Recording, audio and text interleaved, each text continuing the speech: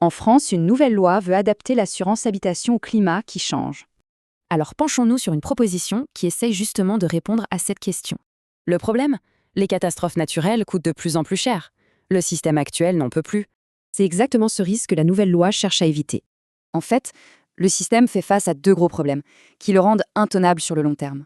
La solution proposée, c'est un nouveau modèle d'assurance. Le mot d'ordre, la résilience. Le but, c'est de ne plus seulement réagir après coup, mais de vraiment anticiper. Premier grand changement, la façon dont on répare les logements après une catastrophe. L'idée, c'est de favoriser une reconstruction plus intelligente, pas juste refaire comme avant.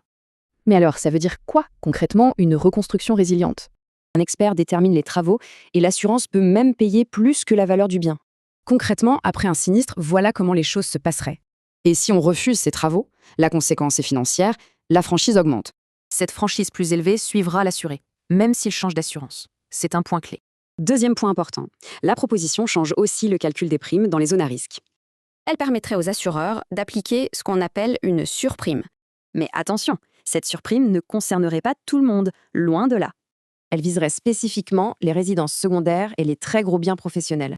On voit bien ici qui serait protégé et qui, potentiellement, pourrait payer plus cher. L'objectif annoncé, c'est de mieux répartir l'effort et de responsabiliser certains propriétaires.